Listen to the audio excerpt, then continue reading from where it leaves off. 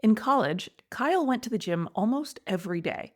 His roommate was a bodybuilder, and even though Kyle didn't want to get into competing, he liked training together. They would bench press, do bicep curls, and see who could hold a plank for longer than the other. His roommate told him all about which foods were clean or good to eat and encouraged Kyle to avoid everything else. Chicken, tuna, eggs, plain steamed vegetables, brown rice, and protein powders were on the daily menu. Despite what he describes as a moderate partying habit, Kyle stayed fit and liked how he looked in those days. Fast forward 20 years, and Kyle isn't feeling as good about his body today. He remembers how he used to eat clean in his college days. It all seemed so simple back then. What changed? He still tries to eat those same foods, but he can't seem to make it last. One day, 2 days, maybe he can pull off a third, but it always ends up with binging. Usually he gets into trouble with protein fortified cookies, high protein cereal, or some healthy ice cream concoction. Or maybe it's a new kind of protein bar, which was just a bit too delicious. Kyle commented to me that it wasn't like he went for fried chicken or a box of cookies.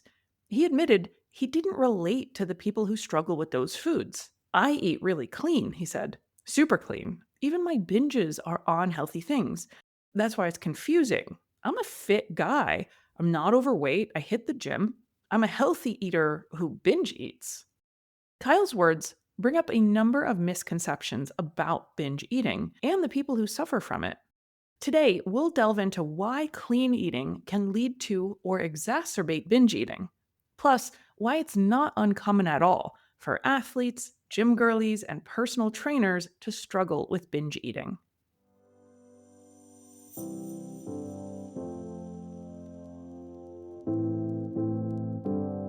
This is the Breaking Up with Binge Eating podcast, where every listen moves you one step closer to complete food freedom. Hosted by me, Georgie Fear, and my team at Confident Eaters. Hello, I'm your host, Georgie Fear. I'm joined today by Christina Holland. Both of us know the ins and outs of the fitness industry, and we both have been consumers of fitness and nutrition content and advice in our own efforts to be healthy and look good. Hey, everybody. Like Georgie said, even though we are nutrition coaches, I've been a regular person trying to get fit too. Plus, I've been a staff member at a gym, and I definitely have seen plenty of articles, books, and experts on the web telling me how I should be eating. We millennials got a heavy dose of body shaming from Calvin Klein ads, implying we should be really thin. America's Next Top Model, make that tall and thin, followed by the boom of figure competition popularity. Oh, so tall and thin, but also muscular with no body fat, a deep tan, and perfectly spherical boobs. Got it. Even before social media was such a huge societal mainstay, magazines and television shows told us that people who looked a certain way ate a certain way. And so, if we wanted to look that way, we needed to eat accordingly. Bodybuilding was once a tiny fringe interest, but thanks to social media and new categories like physique and bikini divisions, more people than ever got into physique sports in the 2010s. Along with that came lots of extreme dietary advice, which often was widely accepted even if it wasn't healthy. Kyle and his friend were like millions of other men, trying to eat clean, bulk, and then cut to attain the most muscular, lean body they could. The eating patterns of bodybuilders and those who wanted to be like them typically are dominated by a focus on high protein with lower than recommended levels of carbohydrates and fat. Supplementation is often a major emphasis and expense, despite questionable efficacy or safety of various products. But how does a bodybuilding interest set men like Kyle up for binge eating? Well, you might think that they lay on opposite ends of a spectrum, but eating plans modeled after bodybuilding or fitness competition plans are actually remarkably similar to binge eating disorder. Both of these eating styles typically include extremes of high and low energy intake and periods of rigid dietary control, punctuated by periods of losing control over one's food intake. These episodes may be called binges or just cheat days, but they look pretty similar. Tracking macronutrients, feeling obsessed with food, and experiencing deep despair or regret after overeating are also common in both groups. All or nothing thinking is almost universal in people who eat according to either pattern. And it's more common than you would think for people who are immersed in fitness and gym culture to develop binge eating or other disordered eating patterns. We work with a lot of people whose life experience includes both of these themes. Fitness and gym culture can function almost like a feeder system, funneling people into disordered eating, the same way the fashion industry or elite gymnastics have both inadvertently led to high rates of disordered eating in young people. Not every model, gymnast, or bodybuilder develops an eating disorder, but the prevalence is certainly high enough to warrant concern. Hyperfocus on appearance, combined with competition for very few top positions and a rejection of body size and genetic diversity, doesn't seem to be a very good recipe for healthy relationships with food. But back to Kyle. Let's address one of the misconceptions that we noticed in his communication. He feels like a unicorn, someone with a unique problem that doesn't fit the mold of a binge eater, because he doesn't turn to regular old foods. He loses control and binges, but it's on protein cookies or protein bars. He may suspect that he needs different treatment than other binge eaters, or that he's a fundamentally different person from our other clients. If you've listened to this podcast, then you've heard us talk about the dangers of food morality labeling. When we think about health food as clean and low nutrition food as dirty or bad, it's easy to attach that same belief to the people eating those foods. So it's understandable that Kyle sees his binge eating as different from other binge eaters, because it sounds like he assigns morality to food and takes pride in his restraint. I want to be clear that Kyle didn't say anything that indicated judging other people, but that is one of the angles his brain might take. Through a food morality lens, he might feel like he's actually better than people who binge on regular cookies. This is called ego protective thinking, and it's a way our brains slant incoming data to help protect our self esteem. If someone is judging themselves really harshly or feeling shame about their binge eating, they're likely to create ideas that make it seem not so bad. This isn't necessarily a problem, but it can create a barrier to accepting help and it can slow recovery. It can lead to logic like, well, my problem isn't as bad as those people, so I don't need to do what the experts say, or I don't need to follow the professional's advice. I'm clearly different. But the truth is, binge eating is a problematic behavior no matter the binge food of choice. It doesn't really matter if a person binges on carrots, lettuce, sugar free gum, protein smoothies, fast food, or liverwurst. Healthy versions of mug cakes or energy balls can be binge foods for some people. Or, like Kyle, protein cookies, protein shakes, or protein chips. Foods which are marketed specifically with a leanness or muscle building message can become problematic. The issue isn't about the food choice, it's the loss of control and the loss of connection with our intentions. It simply feels awful to have your brakes fail while you're eating. People sometimes say, "This might sound weird, Georgie, but I'm actually a personal trainer." And I think, nah, that's not the least bit surprising.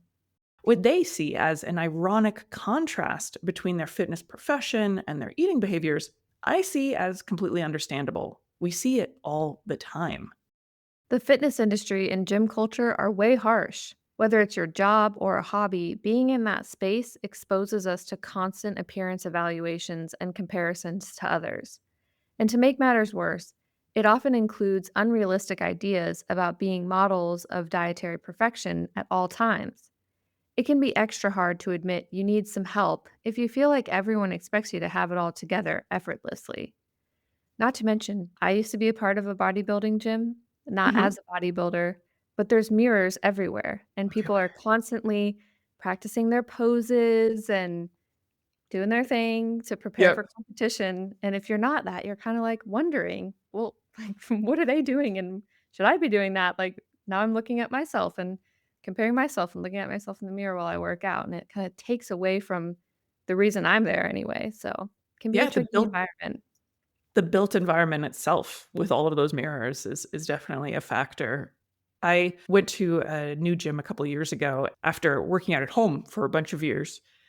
And all of a sudden, every woman had these, like, matching sets on of, like, Mhm. the scrunch butt shorts and, like, a sports bra or my favorite, the long sleeve crop top. And I was like I'm in, like, running shorts and, like, an old T-shirt, and I'm like, "I so don't fit in here." Yeah.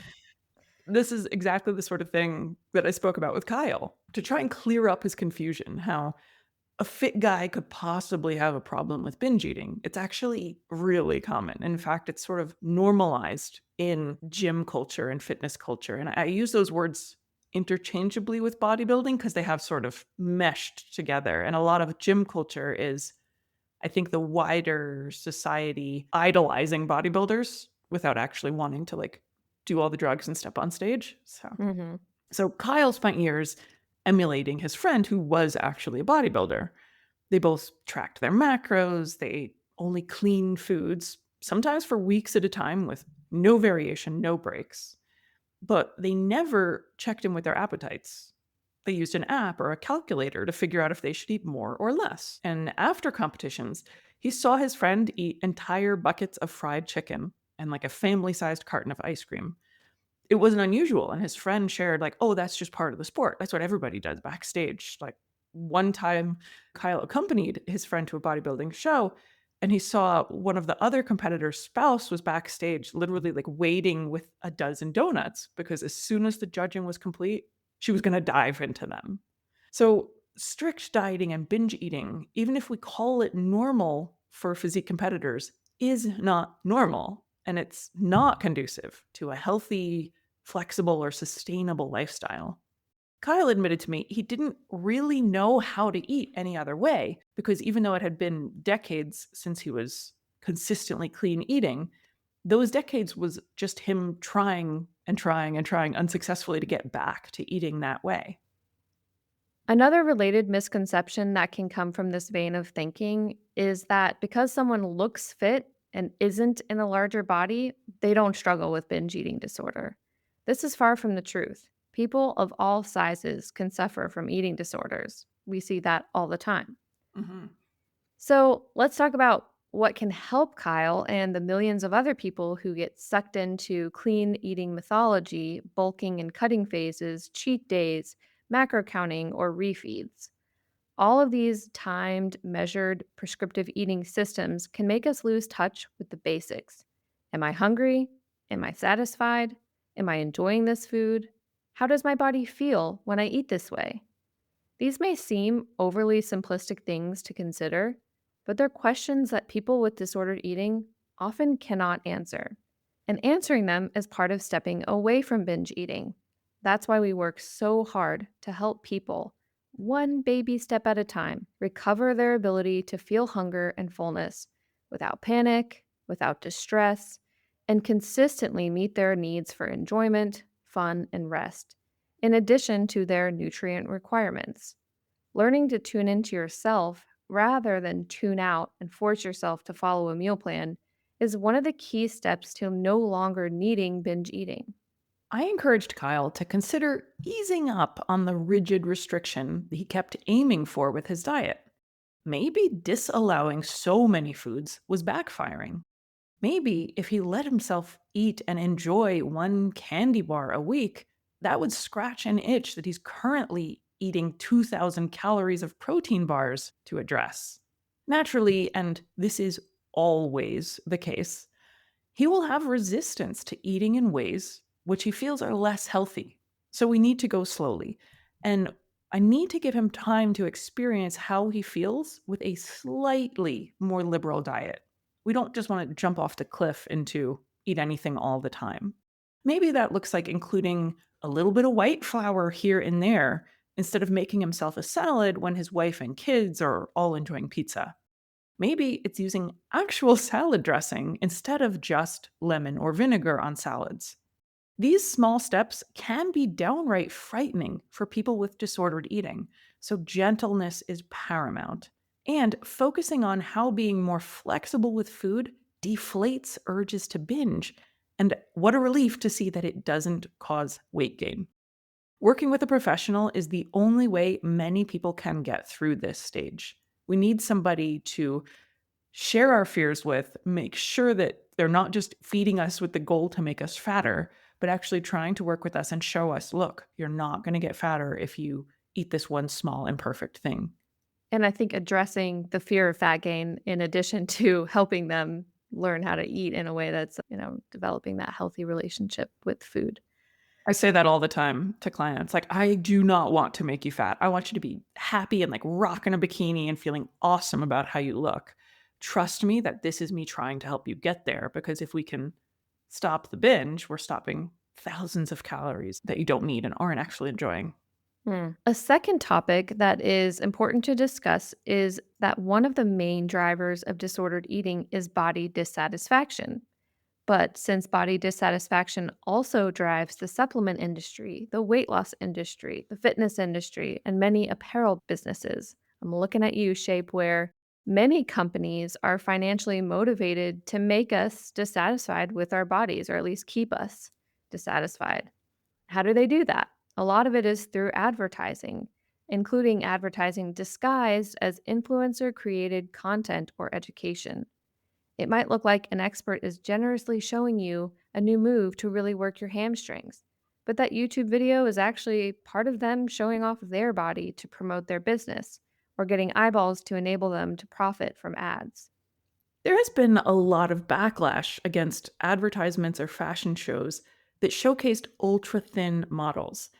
But few, if any, ripples have been made about every single man on television, in movies, or on glossy pages having bulging biceps and veins on his abs.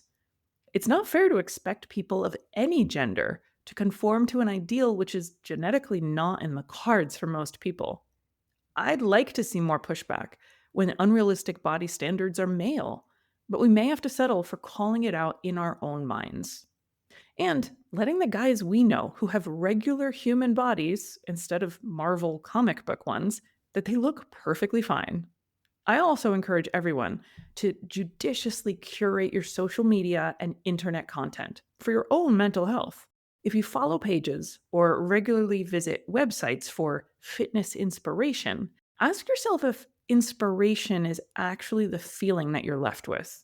Often, I feel like, oh, I can't do triple backflips and I can't do pull ups with one finger and I can't do a dragon pistol mosquito squat and this person's doing it. Like, oh, lame me. I just walk upstairs, go hiking. Like, I suck, because we see all this exceptional stuff fed into our eyeballs day after day. Such a good point. And unfortunately, there's often self stigma for men to seek treatment and support more than women. They might put it off for longer and it can become more difficult to change. That's why it's important to talk about here. Talk about it with your friends, your doctor, your students, your kids, because we want to help men struggling with this to get the support they need. Come to think of it, I've had a lot of female trainers and female former physique athletes come to us as clients, but I don't see as many men. But the male clients that we do get very frequently fall into this, not a fitness professional, but having been a fitness enthusiast for a lot of their life. And they've got the men's health books like Eat This, Not That. And Yep. almost universally, with the men that we come into contact with have really picked this up from a clean eating background. Mhm. So while we're shining light on things, I think we should notice the health halo that certain food brands create around their products. This is clearly part of Kyle's story. It's more rampant in the USA than it is in Canada, but we still have plenty of it here. I'm talking about when food products have names, including words like sinless, skinny, lean, or fit. Dietitian Bonnie Roney shared an awesome video on Facebook on October 3rd. I'll put a link to it in the show notes. In this video, she's walking through the grocery store pointing out foods with names implying health or even moral superiority. What's the harm in these labels? Well, that clever marketing trick can make you eat more of that food than you would have otherwise. This was part of Kyle's problematic beliefs that led him to recurrently binge eating on foods with claims just like these. I'm not sure if you've seen that Khloe Kardashian has developed a brand of protein popcorn. I'm not sure how it tastes or if it's all that healthy, but I don't think we'll all start looking glamorous or somehow better from eating it. Damn it. Damn it. I was thinking really expensive popcorn might make me look just like her. It's a perfect example. Like there's a celebrity selling a food product, and the selling points are its clean ingredient list and its association with some glamorous rich woman who has every beauty procedure in the world at her fingertips, but it's just popcorn with some protein powder sprinkled on it. It's not magic. It's not going to make you slimmer or prettier. This is the same kind of food product Kyle was spending loads of money on and over consuming because it felt more okay than regular food without all the fitness themed marketing. I see the Lenny and Larry's protein cookies, and not throwing any shade, I've never eaten one. They might be delicious. They might taste like cardboard. I don't know. But that one seems to me like a very guy branded Mm, product. Like Lenny and Larry made these cookies, bro. Share them yeah. with us. Whereas, like, I looked at the marketing on the Cloud popcorn by Khloe Kardashian, and it's very female oriented, obviously. And yeah, when you start looking at these things, you can see how much of a story they create around an edible product. Not everything has to have added protein in it anyway. You can have a protein rich diet without buying protein boosted coffee creamer or nacho cheese chips. Things like chicken, beef, eggs, and yogurt still work just fine. Remember, a cookie with added protein or popcorn with added protein is still just a cookie and still just popcorn. Yeah. And they often have a lot of calories and fat. It's not like they're negligible. Hmm. So, to sum it up, if you find yourself binge eating while you're also trying to eat a super clean diet, easing up on the restrictions can help decrease the binge incidence. Maybe it would help you to eat a real cookie, real chocolate, or some white flour at times, like I mentioned earlier. Increasing flexibility in daily meals often helps people attain a lower overall intake of sugar and processed foods. In other words, if it prevents you from binging, eating a little dirtier can make your overall intake more conducive to health. Also, be very careful with celebrity or athlete endorsements of food products, as well as product names themselves and claims. Try to notice if these diet or clean foods actually cause you to eat more. In that case, they may be counterproductive toward your goals. We really appreciate you listening to our show. If you'd like to support us and get access to subscriber only episodes, consider a paid subscription through Apple Podcasts or at georgiefear.com/podcast. One of my favorite reviews that we've gotten, and I admit I read every review, I cannot help myself, As you should. was someone in the USA, and they wrote on Apple Podcasts. The heading is Each episode is gold. It's incredibly rare that I pay to subscribe to a podcast's bonus content, but I did so within a week of starting to listen to this one. If you're a binge eater and are trying to stop, this podcast is an absolute must. My therapist recommended it, and every time I listen, I feel inspired, understood, and filled with hope. So, whoever you are out there posting under the username, I've never had a nickname, you're welcome, and thank you so much for the kind words. And to everyone, Christina and I will see you next time, whether on the free episodes or backstage on the subscriber side with our real life clients. The address again is georgiefear.com/podcast.